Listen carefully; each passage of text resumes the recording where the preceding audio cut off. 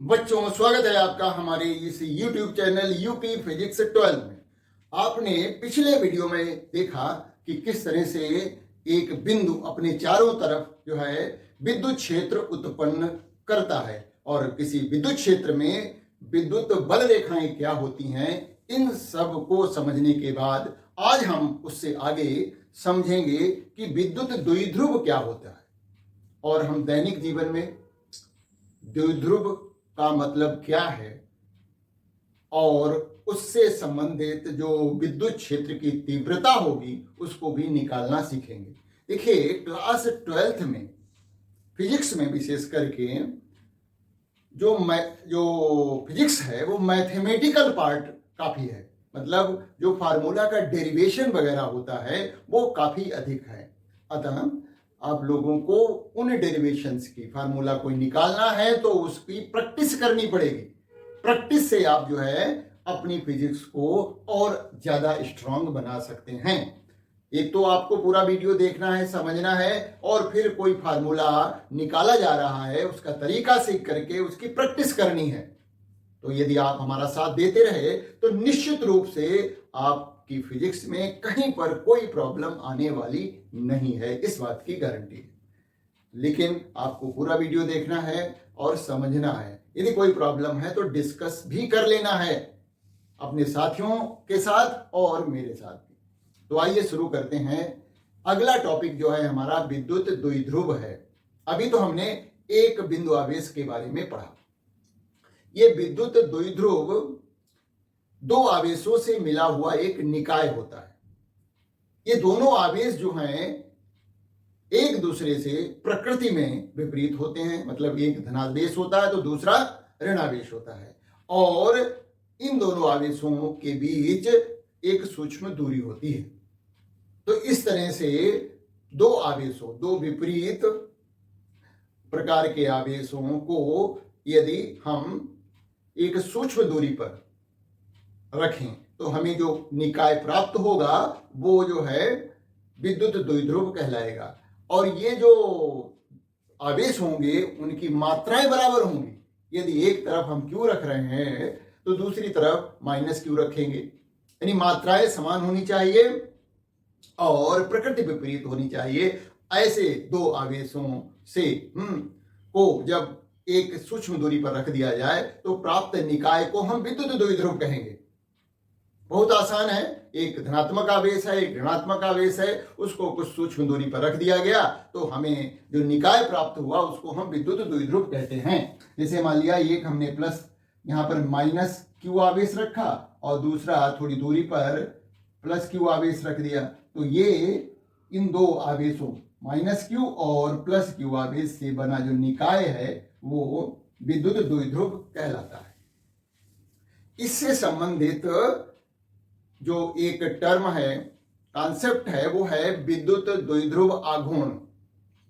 विद्युत द्विध्रुव आघूर्ण जो है क्या होता है, इसको हम कैसे निकालते हैं आइए समझते हैं। तो विद्युत द्विध्रुव आघूर्ण का मान जो होता है वो द्विध्रुव के किसी एक आवेश की मात्रा तथा आवेशों की बीच की दूरी को गुणा करने से प्राप्त होता है। यानी विद्युत द्विध्रुव आघूर्ण को कैसे हम ज्ञात करते हैं, यानी एक आवेश की मात्रा लीजिए और आवेशों के बीच की दूरी को से उसको गुणा कर दीजिए, तो जो हमें मान प्राप्त होगा उसको हम कहेंगे ये जो है विद्युत द्विध्रुव आघूर्ण है। इसको P से निरूपित करते हैं। देखिए, पहले तो हमने विद्युत द्विध्रुव के बारे में लिखा हुआ, दो विपरीत प्रकृति के समान मात्रा के आवेशों को परस्पर सूक्ष्म दूरी पर रखने से प्राप्त निकाय को विद्युत द्विध्रुव कहते हैं। ये माइनस क्यू प्लस क्यू, इनके बीच की दूरी हमने 2a ली है, जानबूझ करके हमने 2a ली, a न लेकर के 2a ली है, दूरी है 2a, है ना। और ये क्यों ली है 2a, आगे चल के पता लगेगा। फिर जो है विद्युत द्विध्रुव आघूर्ण, जिसको इलेक्ट्रिक डाइपोल मोमेंट कहते हैं, किसी विद्युत द्विध्रुव के द्विध्रुव आघूर्ण का मान किसी एक आवेश की मात्रा तथा आवेशों के बीच की दूरी के गुणनफल के बराबर होता है। तो किसी विद्युत द्विध्रुव के द्विध्रुव आघूर्ण का मान जो होगा वो क्या होगा कि किसी एक आवेश की मात्रा, ये आवेश कौन सा होगा, ये द्विध्रुव का ही आवेश होगा ना, कोई बाहर से आवेश नहीं लेना है। दो आवेश हैं Q और माइनस Q प्लस Q, तो एक आवेश की जो मात्रा है उसको गुणा कर दें आवेशों के बीच की दूरी से, तो हमें विद्युत द्विध्रुव का मान प्राप्त हो जाएगा।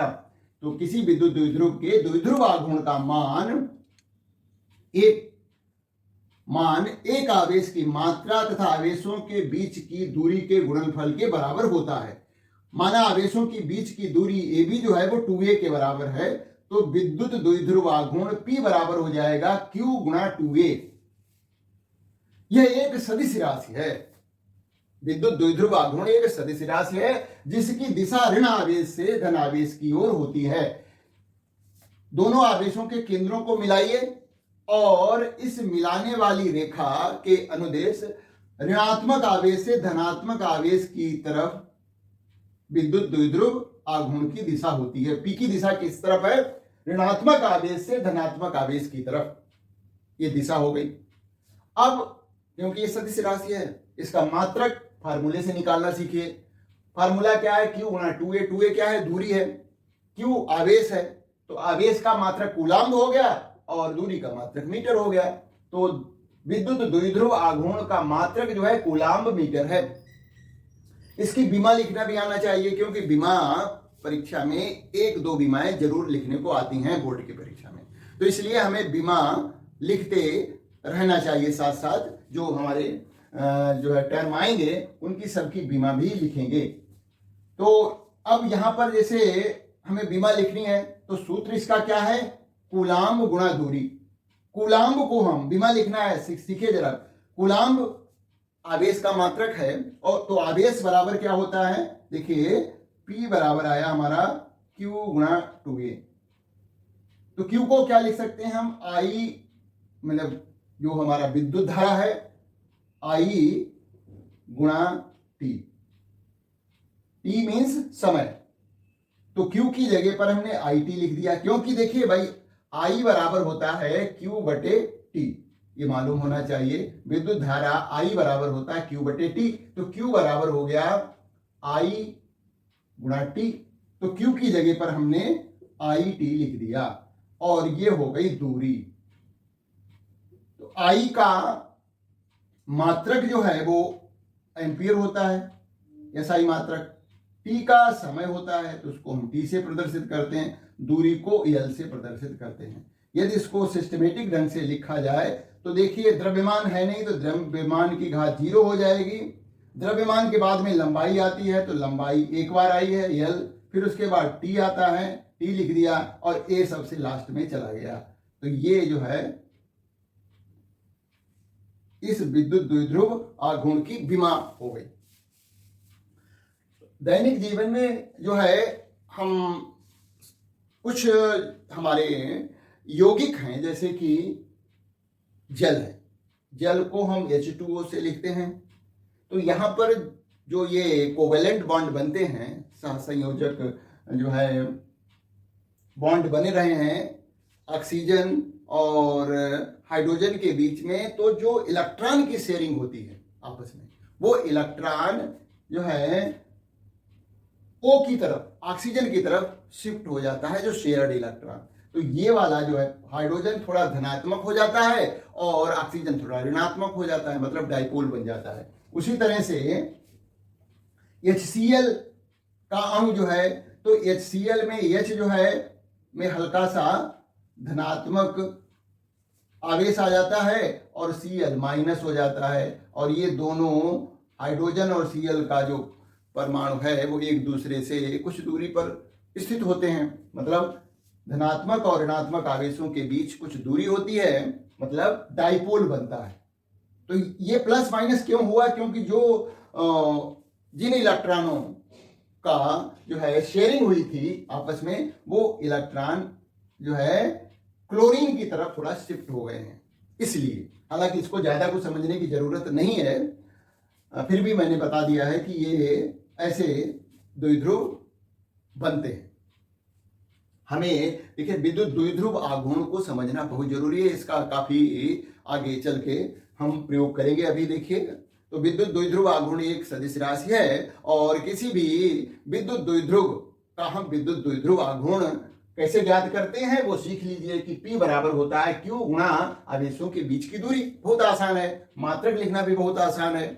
देखिए आज का टॉपिक जो है बहुत ही इंपॉर्टेंट है, क्योंकि आगे जो हम सूत्र निकालने जा रहे हैं वो बेहद इंपॉर्टेंट है परीक्षा के पॉइंट ऑफ व्यू से, तो इसलिए जो है उनको सीखना जरूरी है। चलिए आगे बढ़ते हैं और हम पता करते हैं कि जो विद्युत द्विध्रुव है वो कितनी विद्युत क्षेत्र उत्पन्न करता है, यानी विद्युत द्विध्रुव द्वारा उत्पन्न विद्युत क्षेत्र की तीव्रता।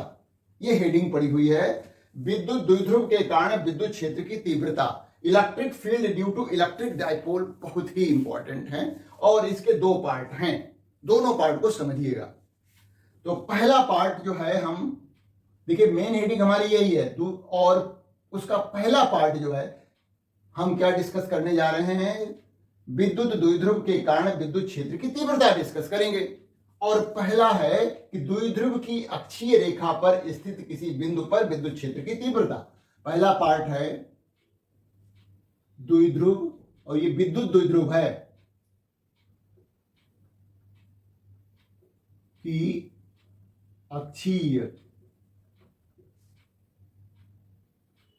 रेखा पर स्थित किसी बिंदु पर विद्युत क्षेत्र की तीव्रता, विद्युत क्षेत्र की तीव्रता। अब सबसे तो पहले जानना है कि अक्षीय रेखा क्या होती है। देखिए ये हमारा ऋणात्मक आवेश है और ये धनात्मक आवेश है। इन दोनों आवेशों के मिलाने वाली रेखा पर कोई यदि बिंदु स्थित है तो हम कहेंगे ये विद्युत द्विध्रुव के अक्षीय रेखा पर स्थित है। ये इस पर स्थित कोई बिंदु है तो इसका मतलब है वो अक्षीय रेखा पर स्थित है। तो ए भी हमारा विद्युत द्विध्रुव है और ए से बी तक की बीच की दूरी 2a के बराबर है। इसके केंद्र से r दूरी पर स्थित कोई बिंदु हम ले रहे हैं, ये बिंदु C है। इस बिंदु C पर हमें विद्युत क्षेत्र की तीव्रता ज्ञात करनी है। तो ये C बिंदु जो है वो इस द्विध्रुव के केंद्र से r दूरी पर स्थित है। ये यहां पर लिखें, किसी विद्युत माना किसी विद्युत द्विध्रुव ए बी की लंबाई 2a है। इसके केंद्र से r दूरी पर स्थित बिंदु C पर विद्युत क्षेत्र की तीव्रता ज्ञात करनी है। विद्युत क्षेत्र की तीव्रता ज्ञात करनी है, इस बिंदु C पर ज्ञात करनी है। तो हम क्या करेंगे, धनात्मक आवेश के कारण बिंदु C पर विद्युत क्षेत्र की तीव्रता के लिए सूत्र लिखेंगे और यह हमें मालूम है कि कोई बिंदु आवेश कितनी विद्युत क्षेत्र उत्पन्न करता है, 1/4 पाई एप्सिलॉन नॉट Q बटे R का वर्ग होता है। ये हमने पिछले वीडियो में जाना था। तो अब हम इसी सूत्र की सहायता से पहले हम प्लस Q आवेश के कारण जो है विद्युत क्षेत्र की तीव्रता के लिए सूत्र लिखेंगे और फिर माइनस Q के कारण, क्योंकि विद्युत क्षेत्र भी एक जो है सदिश राशि है, तो सदिशों के आधार पर हम जो है कुल या कहें परिणामी विद्युत क्षेत्र की तीव्रता बिंदु C पर ज्ञात करेंगे। तो अब लिखेंगे आवेश प्लस Q के कारण बिंदु C पर विद्युत क्षेत्र। ठीक है, आपको ये ऊपर वाला लिखने की जरूरत नहीं, यहां से शुरू हो सकते हैं परीक्षा में, चित्र तो बनाना ही पड़ेगा, चित्र जरूरी है। तो देखिए E1 बराबर हो जाएगा 1/4πε0 Q बटे इस आवेश से C तक की दूरी, ये वाली दूरी हमें लिखनी है, ये वाली दूरी। ये दूरी कैसे पता करेंगे? ये पूरी दूरी R है केंद्र से, और देखिए यहां से यहां तक की दूरी O हम बिंदु मान लें, O से B तक की दूरी क्या है? A है, क्योंकि AB दूरी 2A है, तो आधी दूरी कितनी हो जाएगी? OB दूरी जो है वो R हो जाए, जो है A हो जाएगी। तो हमें BC का वर्ग लिखना है यहां पर इस सूत्र के अनुसार, तो ये हो जाएगा BC दूरी जो होगी वो R में से A को घटाने पर प्राप्त हो जाएगी, R माइनस A। तो 1/4πε0 Q बटे BC का मतलब R माइनस A का वर्ग हो गया। और इसकी दिशा क्या होगी? देखिए मैंने दिशा निकालना बताया था कि यहां पर धनात्मक आवेश हम मान लेंगे। अब ये वाला धनात्मक आवेश ये रखा गया, माना गया धनात्मक आवेश के बीच में क्या होगा? प्रतिकर्षण होगा, मतलब E1 की दिशा जो है वो ये हो जाएगी। इसकी दिशा जो होगी BC की ओर, दिशा जो होगी BC की ओर। आवेश माइनस Q के कारण बिंदु C पर विद्युत क्षेत्र लिखें या विद्युत क्षेत्र की तीव्रता लिखें। E2 बराबर हो जाएगी 1/4πε0 Q बटे, अब की बार जो है AC का वर्ग होगा, ये पूरी दूरी हो जाएगी ये, तो ये हो जाएगा AC का वर्ग, और 1/4πε0 Q बटे AC का मान, देखिए ये जो है R है, उसमें ये वाला A से O तक की दूरी कितनी है? वो A के बराबर है, स्मॉल a के बराबर, तो R में A जुड़ जाएगा, तो ये हो जाएगा R प्लस A का वर्ग। और इसकी दिशा क्या होगी? देखिए ये ऋणात्मक आवेश यहां पर विद्युत क्षेत्र उत्पन्न करेगा, तो ये माना गया धनात्मक आवेश क्या होगा? इसकी तरफ आकर्षित होगा, तो E2 की दिशा जो होगी वो इस तरफ होगी। E1 B से C की ओर, और जो E2 है वो C से B की ओर होगी, C से B की ओर। विद्युत क्षेत्र की दिशा ज्ञात करना बहुत जरूरी है, क्योंकि ये सदिश राशि है। तो हमने देखा E1 और E2 एक दूसरे के विपरीत हैं, लेकिन E1 का मान बड़ा होगा। क्यों होगा? क्योंकि जो धनात्मक आवेश है वो बिंदु C के नजदीक है, अतः E1 बड़ा होगा E2 से। ये बात लिख दीजिए, है ना, E1 बड़ा है E2 से। क्यों बड़ा है? क्योंकि जो धनात्मक आवेश है जिसके कारण विद्युत क्षेत्र की तीव्रता E1 है वो बिंदु C से नजदीक है, E1 बड़ा है E2 से, और दोनों की दिशाएं विपरीत हैं, अतः हम इनको घटाएंगे। परिणामी विद्युत क्षेत्र की तीव्रता ज्ञात करने के लिए इनको हमें घटाना पड़ेगा। तो परिणामी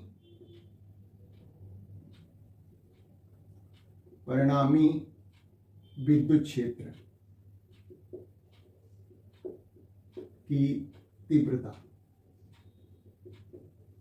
E बराबर हो जाएगा E1 माइनस E2। बड़ा कौन है? E1 बड़ा है, और E1 की दिशा क्या है? B से C की ओर है, तो ये जो परिणामी विद्युत क्षेत्र आएगा उसकी दिशा भी जो है इसी BC दिशा में ही होगी, B से C की ही ओर होगी। तो यहां पर हम इनका मान रख देते हैं E1 E2 का, और हल करते हैं। तो ये हो जाएगा Q बटे 4πε0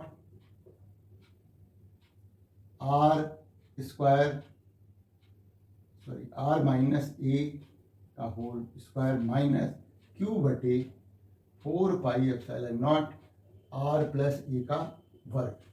यहाँ पर Q बटे 4πε0 कॉमन ले लिया, तो यहाँ पर बचेगा R माइनस A का वर्ग माइनस 1 बटे आर प्लस ए का वर्ग। लघुत्तम निकालेंगे तो ये हो जाएगा आर माइनस ए का वर्ग गुणा आर प्लस ए का वर्ग। इससे इसको भाग देंगे तो बचेगा यहाँ पर आर प्लस ए का वर्ग माइनस आर माइनस ए का वर्ग। इसको वर्ग करें और हल करें, ठीक है। तो ये हो जाएगा ई का मान हुआ क्यू बटे 4 पाई एप्सिलॉन नॉट और ब्रैकेट के अंदर देखिए इसका वर्ग करिए, आएगा आर का वर्ग प्लस ए का वर्ग प्लस 2RA माइनस इसका ब्रैकेट भी हम खोल दे रहे हैं और वर्ग भी कर रहे हैं। देखिए यहां पर क्या आएगा R square plus a square minus 2RA। तो हमें ब्रैकेट खोलने के सबके चिन्ह बदल जाएंगे, आर स्क्वायर माइनस ए स्क्वायर और प्लस का 2RA हो जाएगा बटे देखिए R minus A R plus A की गुणा कर दीजिए तो हो जाएगा आर स्क्वायर माइनस ए स्क्वायर का होल स्क्वायर। ये हमें मान प्राप्त हुआ। देखिए आर स्क्वायर से आर स्क्वायर कट गया, ए स्क्वायर से ए स्क्वायर कट गया। क्या उत्तर आया हमारे पास? वो आ रहा है ई बराबर आ गया क्यू बटे 4 पाई एप्सिलॉन नॉट 2RA और 2RA 4RA बटे आर स्क्वायर माइनस ए स्क्वायर की घात 2। ये है। इसको हम थोड़ा दूसरे ढंग से लिखेंगे क्यू बटे 4। इसको देखिए कैसे लिख रहे हैं, 2 गुणा क्यू गुणा 2A गुणा आर, ऐसे लिख दिया इसको बटे 4 pi epsilon naught R square minus ए स्क्वायर की घात 2। अब देखिए क्यू गुणा 2A, अभी हम बात कर चुके हैं विद्युत द्विध्रुव आघूर्ण की। क्यू गुणा 2A जो होता है वो विद्युत द्विध्रुव के आघूर्ण के बराबर होता है। तो यहां पर हम क्या लिख देंगे, P लिख देंगे। तो 2PR बटे 4 pi epsilon naught R square minus ए स्क्वायर, ये E का मान हो गया। और यहां पर बता दीजिए कि P बराबर है Q गुणा 2A। ये विद्युत द्विध्रुव आघूर्ण का मान है। एक तो सूत्र यही हो गया है ना। अब हम यदि मान लिया ये बिंदु जो था, जो C बिंदु था, दूर होता, यानी जो आवेशों के बीच की दूरी है A की तुलना में R का मान अधिक है, तो हम क्या करेंगे, A को छोड़ेंगे। पहले तो हम ऐसे लिखेंगे, देखिए यहां पर क्या लिखेंगे, क्योंकि सिंस R बड़ा है A से, इसलिए आर स्क्वायर का मान और ज्यादा बड़ा हो जाएगा ए स्क्वायर से। अतः ए स्क्वायर को छोड़ देने पर ए स्क्वायर को हम छोड़ देंगे, क्या रिजल्ट आएगा उसको देखिए। तो ई बराबर हो जाएगा 2PR बटे 4 पाई एप्सिलॉन नॉट। और देखिए यहां पर स्क्वायर छूट गया, देखिए अभी स्क्वायर छूट गया, ये यहां पर होल स्क्वायर आ रहा है, आर स्क्वायर माइनस ए स्क्वायर का होल स्क्वायर है ना। तो यहां पर जब हमने ए छोड़ दिया तो आर स्क्वायर का होल स्क्वायर यानी आर की घात 4 आ जाएगी। अब एक आर ऊपर है और आर की घात 4 नीचे है, तो ये कट जाएगा, यहां पर घात बचेगी 3। तो ई बराबर हो जाएगा 2P बटे 4 pi epsilon naught R cube. ये मान आ गया विद्युत क्षेत्र की तीव्रता का, जब बिंदु जो है द्विध्रुव के अक्ष पर स्थित हो। ये भी है, ये भी है। तो यहां तक हमें करके दिखाना पड़ता है परीक्षा में, बहुत इंपॉर्टेंट है।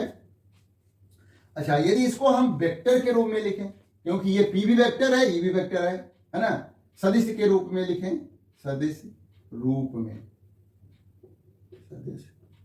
में लिखें तो E वेक्टर लगाएं, एरो लगाएं इस पे, और 2 इसकी दिशा क्या है, जिस दिशा में P काम कर रहा है, P की दिशा क्या है, ये दिशा है, ये P की दिशा है। P का मतलब द्विध्रुव आघूर्ण की दिशा क्या है, यही तो है, बाईं ओर से दाईं ओर की ओर। और यही दिशा जो है इस परिणामी विद्युत क्षेत्र की दिशा भी वही होगी। क्यों होगी, क्योंकि E1 बड़ा है E2 से, तो जो सदिश बड़ा होगा उसी दिशा में परिणामी मान होगा। तो इसका मतलब यदि हम यहाँ पर एरो लगा दें तो हमारा काम चल जाएगा, क्योंकि इसकी दिशा और इसकी दिशा दोनों की एक ही दिशा है। लीजिए, ये हमने सदिश रूप में लिख दिया ई का मान। अब हम अपना दूसरा टॉपिक लेते हैं, और टॉपिक का दूसरा पार्ट है क्या, द्विध्रुव की निरक्षीय रेखा पर स्थित किसी बिंदु पर विद्युत क्षेत्र की तीव्रता। अब हम निरक्षीय रेखा पर विद्युत क्षेत्र की तीव्रता ज्ञात करेंगे। विद्युत ध्रुव की निरक्षीय रेखा, अब अक्षीय रेखा न होकर के निरक्षीय रेखा पर स्थित किसी बिंदु पर विद्युत क्षेत्र की तीव्रता। ये निरक्षीय जो है रेखा क्या होती है, जो अक्षीय रेखा के को लंबवत समद्विभाजित करती है, अक्षीय रेखा को। यानी ये देखिए चित्र इसका बहुत इंपॉर्टेंट है। ये हमारा द्विध्रुव है ए बी, इसका जो है समद लंब खींचें, और ये लंब जो है ए बी दूरी को दो भागों में विभाजित कर रहा हो, तो ये जो रेखा बन रही है ये निरक्षीय रेखा है।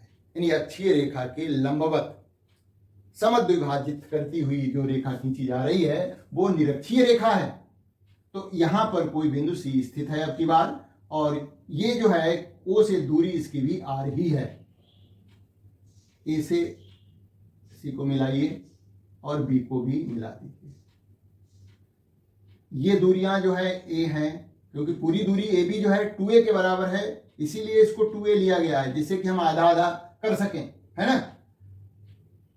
और पी की दिशा ये है, ऋणात्मक आवेश से धनात्मक आवेश की ओर जो है पी की दिशा है। अब बिंदु सी पर हमें विद्युत क्षेत्र की तीव्रता निकालने, तरीका वही है, पहले धनात्मक आवेश की वजह से निकालेंगे, फिर ऋणात्मक वजह से निकालेंगे, फिर उसका परिणाम ही निकालेंगे, सीधी सी बात है। अच्छा, धनात्मक आवेश यहां पर हम मान लेंगे कि थोड़ी देर के लिए कि प्लस एक इकाई आवेश रख दिया मैंने। अब इस इकाई आवेश और इसके बीच में क्या होगा, प्रतिकर्षण होगा, मतलब E1 जो होगा वो इस दिशा में लग रहा होगा, है ना। अच्छा, ये धनात्मक आवेश यहां पर माना गया, धनात्मक आवेश माना जा रहा है। देखिए, दिशा ज्ञात करने के लिए मैंने बताया था कि जिस बिंदु पर विद्युत क्षेत्र की दिशा ज्ञात करनी है वहां पर हम क्या मानते हैं, एक धनात्मक आवेश मान लेते हैं। तो धनात्मक आवेश माना तो वो धनात्मक आवेश क्या करेगा, इसकी तरफ आकर्षित होगा, क्योंकि उसी धनात्मक आवेश पर हम बल की दिशा देख रहे हैं। तो वो जो धनात्मक आवेश यहां पर माना गया था सी बिंदु पर, वो इस तरफ आकर्षित होगा इस ऋणात्मक आवेश के कारण, अर्थात E2 की दिशा जो होगी वो ये हो जाएगी इस तरफ।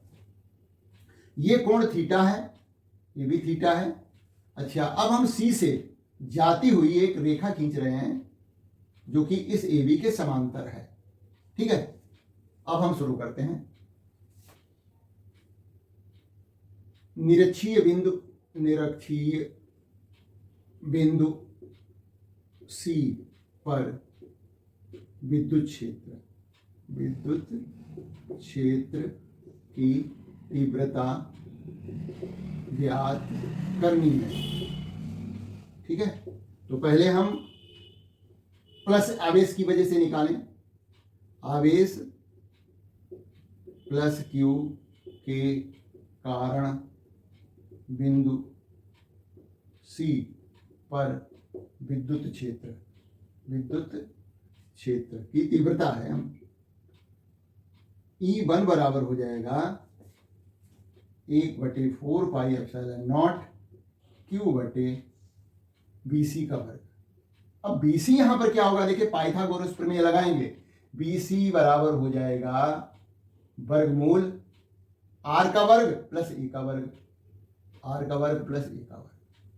और हमें BC का वर्ग करना है, तो BC का वर्ग बराबर हो जाएगा, इसका वर्ग करेंगे तो वर्गमूल हट जाएगा, R square plus A square, BC का वर्ग हो गया। तो ये हो गया Q बटे 4 pi epsilon not R square plus A square. ये अब इसी तरह से आवेश माइनस Q के कारण बिंदु C पर विद्युत क्षेत्र E2 बराबर हो जाएगा 1/4πε0 Q बटे, अब की बात हो जाएगी इस से इस तक की दूरी जो है कि AC का वर्ग है, और यहाँ पर भी AC का मान भी वही है जो BC का मान है, तो AC बराबर भी वर्गमूल R square plus A square है, वर्ग करेंगे तो वर्गमूल हट जाएगा, तो 1/4πε0 Q बटे R square plus A square. अब देखिए एक बात देखिएगा, E1 का मान और E2 का मान दोनों मान बराबर हैं। देखिए E1 का मान बराबर है, दिशा अलग अलग है, E1 बराबर है E2 के, दोनों के परिमाण बराबर हैं, दिशाएं अलग अलग हैं। अब हम आगे इसको हम यहां पर देखो डिस्कस करते हैं। परिणामी विद्युत क्षेत्र की तीव्रता निकालनी है, E1 E2 को हम क्या करेंगे, दो आयताकार घटकों में वियोजित करेंगे। अब E1 तथा E2, आपको ये लिखने की ज्यादा जरूरत नहीं है परीक्षा में, डायरेक्ट जो फाइनल रिजल्ट आएगा वो तो समझाने के लिए लिखा जा रहा है। अब E1 तथा E2 को आयताकार घटकों में वियोजित करने पर ऊर्ध्वाधर घटक क्या होंगे, देखिए E1 साइन थीटा तथा E2 साइन थीटा। देखिए कैसे आ रहे हैं, देखिए E1, ये देखिए कोण जो है इसके समांतर ये रेखा खींची गई है, तो ये वाला कोण इसके बराबर होगा, और ये वाला कोण एकांतर कोण है, ये संगत कोण है ये वाले, और ये वाला कोण इसके बराबर क्यों है, क्योंकि ये एकांतर कोण है। तो इस तरह से ये भी थीटा है और इसके नीचे वाला भी थीटा है। तो E1 को दो आयताकार घटकों में वियोजित करिए, तो ऊर्ध्वाधर घटक E1 का इधर की तरफ आएगा, देखिए ये हो जाएगा E1 साइन थीटा। E2 का ऊर्ध्वाधर घटक जो होगा वो नीचे की तरफ आएगा, ऐसे E2 साइन थीटा। चित्र बहुत जरूरी है समझना। अच्छा, अब क्षैतिज घटक देखिए, E1 का क्षैतिज घटक इधर आएगा, E1 कॉस थीटा, और इसी तरह से E2 का क्षैतिज घटक इधर आ जाएगा, वो हो जाएगा E2 कॉस थीटा। अब देखिए चित्र से दिखाई दे रहा होगा कि E1 साइन थीटा और E2 साइन थीटा, क्योंकि E1 E2 बराबर हैं, तो E1 साइन थीटा का मान E2 साइन थीटा का मान आपस में बराबर होंगे और एक दूसरे के विपरीत हैं, अतः एक दूसरे को कैंसिल कर देंगे, निरस्त कर देंगे।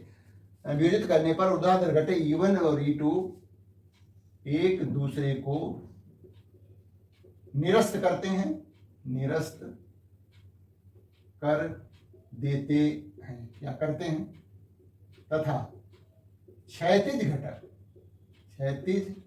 घटक E1 cos थीटा तथा E2 cos थीटा आपस में जुड़ जाते हैं।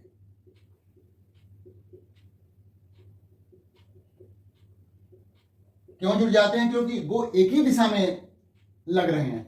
E1 cos थीटा और E2 cos थीटा की दिशाएं समान हैं, इसलिए वो जुड़ जाएंगे, और E1 sin थीटा और E2 sin थीटा एक दूसरे के विपरीत दिशा में, इसलिए घट गए, वो निरस्त हो गए। तो परिणामी विद्युत क्षेत्र कैसे निकालेंगे, इन्हीं क्षैतिज घटकों को जोड़ करके। अतः ये सब वहां पर परीक्षा में छोड़ सकते हो, यहां पर पहुंच जाओ। अतः परिणामी विद्युत क्षेत्र बराबर सी पर निकालना है, E बराबर हो जाएगा E1 cos theta plus E2 cos theta, और तो E1 E2 तो बराबर है, तो दोनों E2 की जगह भी E1 लिख देते हैं, है ना। अब चित्र हम मिटा दे रहे हैं, तो E बराबर हो गया E1 cos theta plus E1 cos theta, तो E बराबर हो गया 2E1 cos थीटा।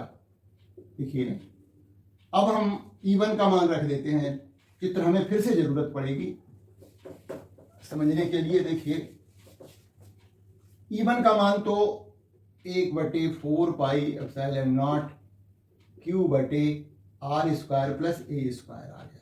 अब cos थीटा का मान हमें फिर चाहिए। देखिए जल्दी से, ये माइनस क्यू है, ये प्लस क्यू है, ये हमारा O बिंदु है, ये A है, ये B है, और ये देखिए यहां पर ये थीटा कोण बन रहा है, चाहे इधर वाला लीजिए चाहे कोण थीटा है। O से B तक की दूरी क्या है, वो A है, और cos थीटा और ये वाली दूरी क्या है, r² प्लस a² है।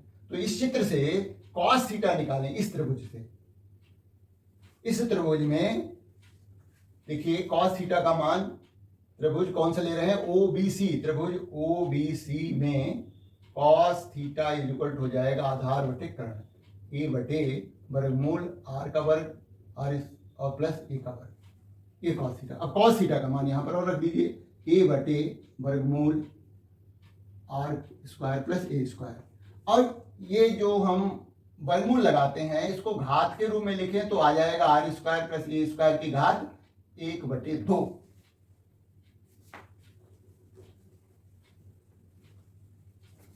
ये हो गया।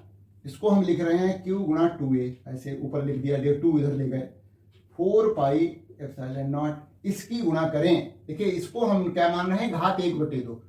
एक घात ये है, मतलब इस r² प्लस a² की घात कितनी है, 1 है, और 1/2 ये है, 1 प्लस 1/2, 1 प्लस 1/2 मतलब 3/2 हो जाएगी घात। इन दोनों की गुणा करेंगे तो हमें घात मिलेगी, क्योंकि ये घात कितनी है, 1/2 है। r² प्लस a² की घात कितनी है, वर्गमूल का मतलब है 1/2, तो ये हो जाएगा r² प्लस a² की घात 3/2।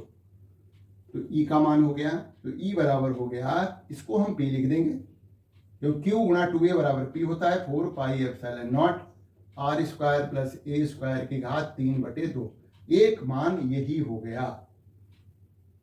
अब दूसरा हम जिसमें ये मानते हैं, क्योंकि R बहुत बड़ा है A से, तो r² और बड़ा हो जाएगा a² से, अतः a² को छोड़ने पर इसको छोड़ दीजिए यहां से a², तो E बराबर हो जाएगा P बटे, यहां बताना पड़ेगा चूंकि P बराबर क्या है, P बराबर है Q गुणा 2a, ये बता दीजिए।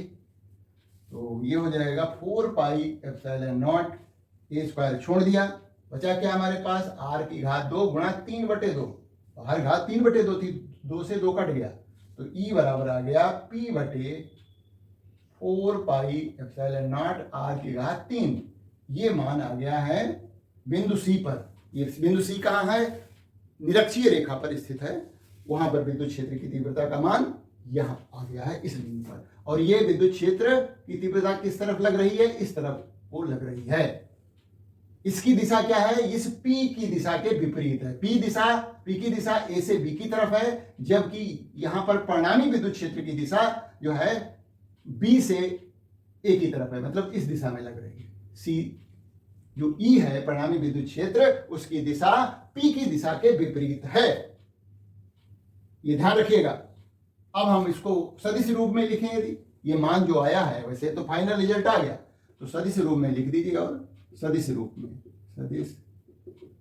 में E बराबर हो जाएगा, P के ऊपर हम एरो लगाएंगे, लेकिन E और P की दिशा अलग अलग है, विपरीत है, इसलिए हमें माइनस चिन्ह लगाना पड़ेगा अपनी तरफ से। क्यों, क्योंकि E और P एक दूसरे के विपरीत है। P तो इधर से इधर जा रही है और E जो है वो उससे विपरीत आ रही है, इसलिए माइनस चिन्ह लगा दिया। 4πε0 r की घात 3, ये सदिश रूप में विद्युत क्षेत्र की तीव्रता का मान आ गया। तो इसकी प्रैक्टिस कर लीजिए, बहुत ही इंपॉर्टेंट है। और यदि कहीं पर कोई प्रॉब्लम है तो निश्चित रूप से कमेंट करके पूछ सकते हैं। दोस्तों को शेयर कर दीजिए, चैनल को सब्सक्राइब जरूर कर लीजिए, जिससे कि जब भी वीडियो हम डालें तुरंत आपको मिलता रहे।